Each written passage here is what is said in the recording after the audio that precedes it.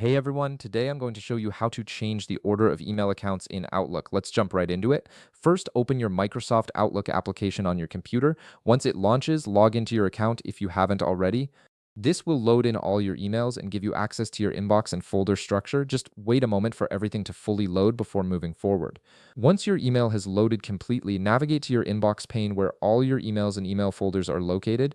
This is typically on the left side of your screen. This area displays all your connected email accounts if you have multiple accounts set up in Outlook.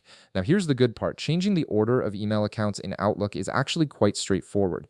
All you need to do is click on the email header, which is your email address name at the top of each account section, and then drag it to wherever you want it positioned. It's a simple drag and drop process so you can rearrange your accounts in whatever order makes the most sense for your workflow. Maybe you want your work email at the top and personal email below it, or vice versa. The choice is entirely yours. What's really convenient about this feature is that you can change the order anytime you need to. So if your priorities shift or you add a new email account later, you can always come back and reorganize them again. There's no complicated settings menu to navigate through. Just click, drag, and drop. And that's it. You've successfully rearranged your email accounts in Outlook to match your preferences. If this video helped you out, be sure to leave a like, subscribe, and I'll see you in the next one.